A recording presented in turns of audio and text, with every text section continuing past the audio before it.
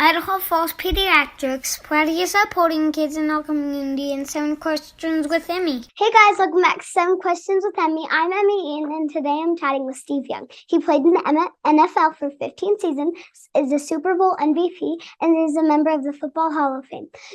Steve and his wife Barbara have 4 kids, and he recently wrote a book called The Law of Love, which I actually have right here in my hands.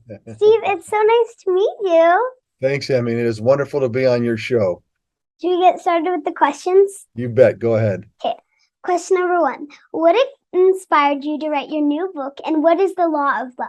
Oh, wow. So it is the law of love, I think, is universal. It's true for humans.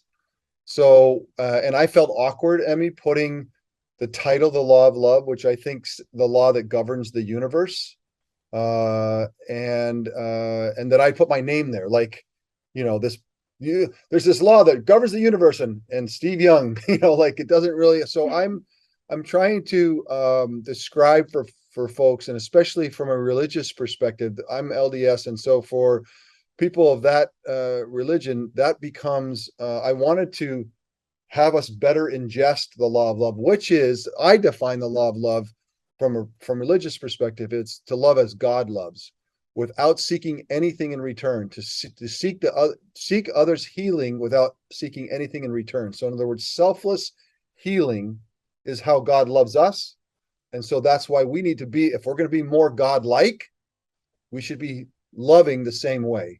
And so the law of love says that in losing yourself and becoming selfless, in the seeking another's healing, the miracles can start to happen between human beings. And so as we interact, even the two of us, we have a relationship, you and me, I mean, right now, because we met each other on Zoom.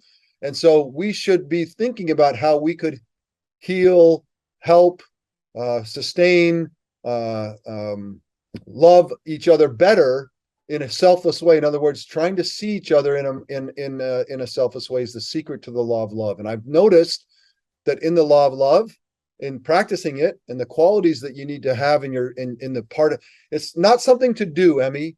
The law of love is not something to do, it's something to be.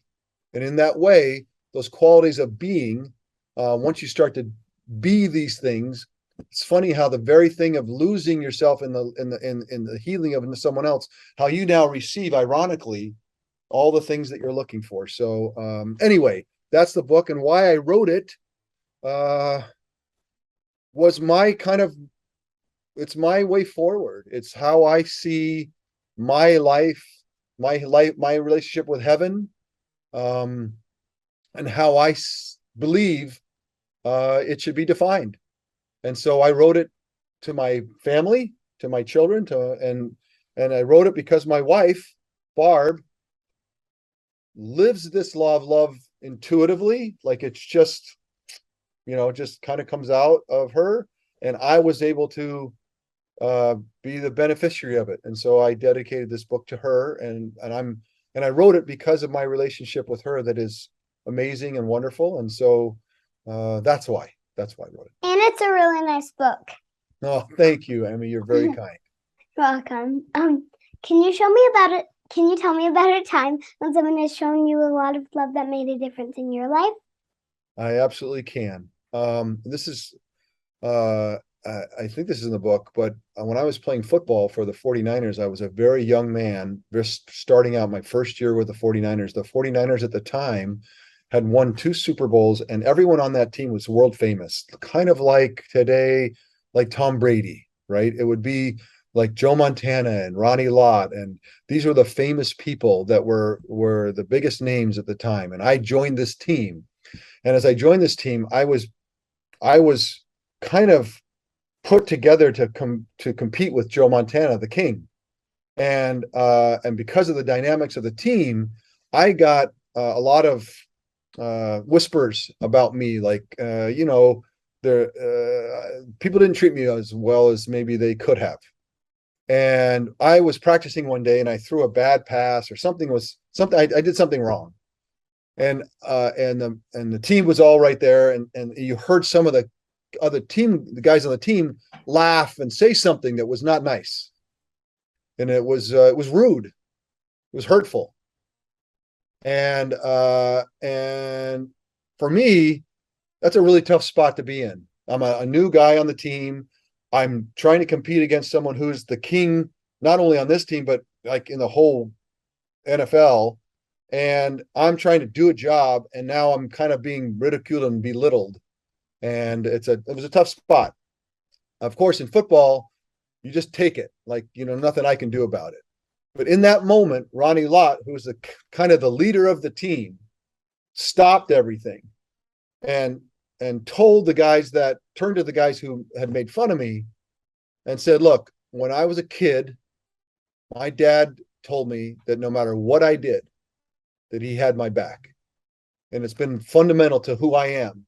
And on this team, I want everyone to know, and especially you guys, that on this team, no matter what happens, I have Steve's back. And you and because I have his back, we're not going to put up with that." And so when I say the law of love, it's not, people always say, well, love, you want to define love. To me, standing in the moment of a strained relationship and Ronnie using his authority to heal my relationship with those guys. Like you think about it, Emmy, those guys are making fun of me. I'm here. We're not going to be friends for a long time. And then Ronnie jumped in the middle of it, created an environment of, you could say, love or understanding. And then suddenly our relationship changed. And it did. And I never got really, made fun of again like that and ridiculed like that. And so that's why I say the law of love is, people get confused because of the word love, but love has all kinds of tentacles. And that was just one of the experiences I had as a young football player. That's a good story. Thanks, Emmy. Appreciate that. A long one. I apologize. It was so long. Oh, it's fine. Why did you start playing football? I started playing football because all my friends played football. And like you're doing the things that your friends are doing. So, and I play basketball and I play baseball. Those are my sports. And I liked baseball the most, but I was the best at football. And so when I got to college, they were willing to give me a scholarship to play football. So that's what I did. So I love football, but I started playing when I was 8 years old. What's your favorite thing about being a dad? Oh my. Well, there are a lot of things I love about being a dad. And so a lot of things I love about him are the hard parts too. The thing I would say to that great question, Emmy, is that my oldest son, Braden, is a music theater major in college. He wants to be on Broadway. I do too. I had no experience with that. I loved watching plays, but I had no experience with Broadway. I had no experience with music theater. I had no experience with someone who loved to sing and to act. But as a young man, a young boy, he made it pretty clear to me that like football wasn't his thing. And so what I loved about being a dad, is having the challenge of not raising someone who's just like me. I have loved learning how to be a dad to someone who's not necessarily just like me, and how much I've learned. Some of the greatest things about being a parent and what I love about being a dad is how much better of a human being I am for being Braden didn't choose me as a dad, but I hope today, if he could choose, that he would choose me. And I think it's a lot of fun to think about. What I love about being a dad is what I learned. Do you have a favorite moment from your football career?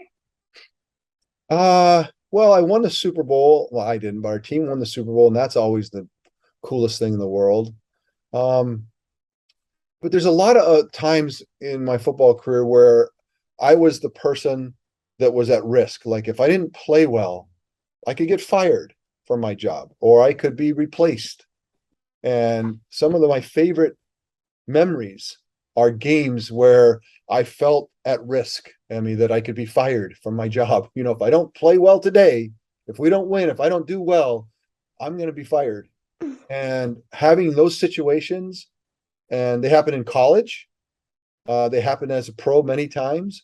And it's those games that I can look back on. My favorite moments are in that pressure that I could lose my job, that I played well and I kept my job.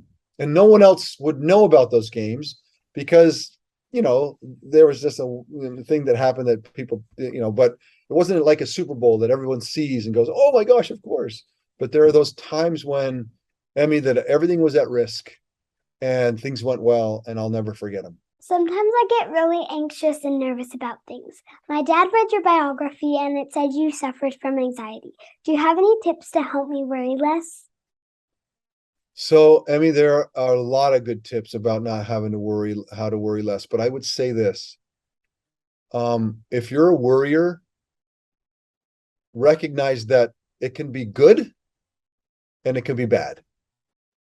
And recognize that sometimes being a worrier makes you more aware. It makes you more prepared and makes you more ready to do well. And so I would say that try to find out where the places where you're worrying and it's actually hurting you. It's keeping you back. It's not allowing you to be who you could truly be. So there's good worry and there's bad worry. And I think that how I managed the worries that I had was really a lot of like effort to try to figure out where those were. And then if I had a bad worry, to be able to tell myself, this is a bad worry. This is not the one this worry is not going to help me. And it's going to keep me from being kind of the full person that I am. And I need to, and so then people can say that and go, okay, you should lose that worry. Well, that's not as easy to do in the world, but it does help to start to name them and to say, you know what, this is a worry that I should try to leave behind.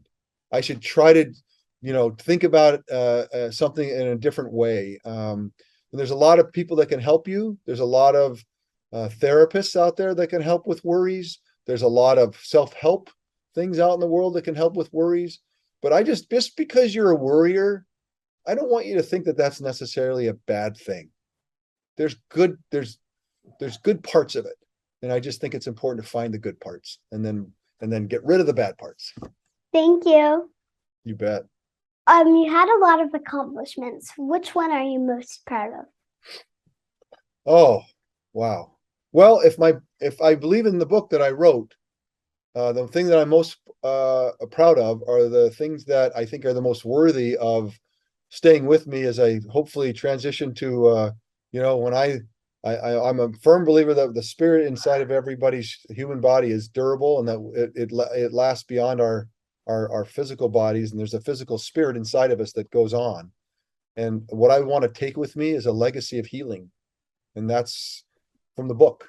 Like, what am I so most proud of is those places where I have practiced this. Like, I'm not an expert in the law of love. I know it's true. I know every human being should be focused on it. Not only would the world be amazingly better today if it was, but I think it's how heaven is governed.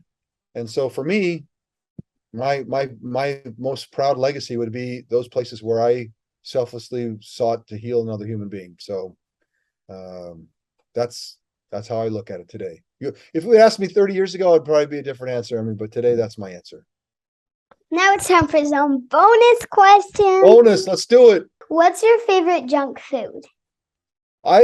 Junk food for me is stuff with sugar in it. So if it has sugar in it, I kind of think about it as junk food.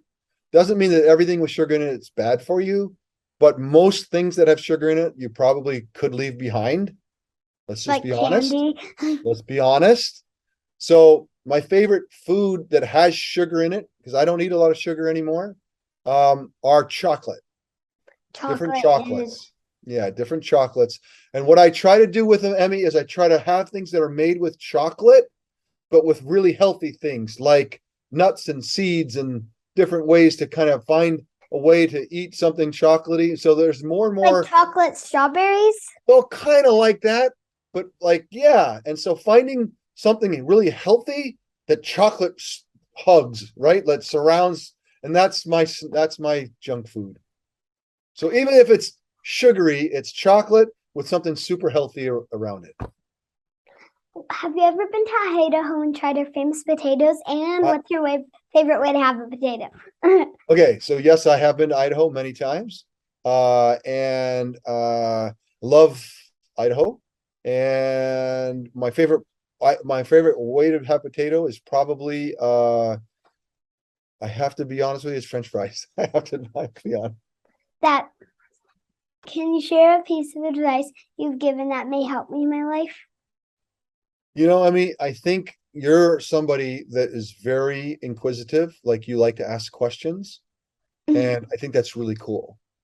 And somebody who asks a lot of questions, what you really need to be really good at is listening closely to the answers and seeing what works and what's good to you.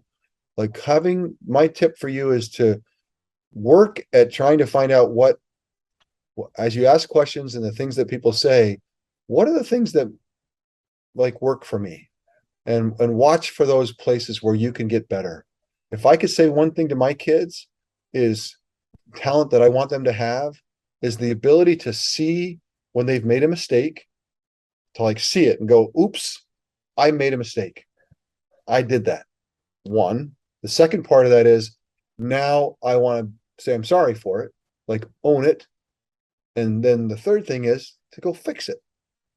And so that would be the thing that's my number one dream of my kids, is that they can live a life of vulnerability where they can see where they've screwed up, say sorry for it, and then fix it. And then that's how I stay married. That's how I keep friends. That's how I have success. So that's my tip for you. Thank you so much for talking with me today. Emmy, as my book would say to you, much love to you, okay? And my best to you. Make sure you check out Steve's new book, The Law of Love, and his amazing football playing. Emmy, you're the best. Thanks for having me on your show. Thank and I'm you. sorry I talked so much. I should have, I apologize for talking too much. You're fine. I am the one who talks more, probably. When I'm off camera, it's even more talking. All right. Well, you're a good listener. So then you got two great qualities. Great talker, great listener. Good job. Thank you. Thanks so much for watching. Remember, new 7 questions interviews are posted every Thursday. Be sure to follow me on Facebook, Instagram, and YouTube. Love you guys. Bye. Idaho Falls Pediatrics, proudly supporting kids in our community, and 7 questions with Emmy.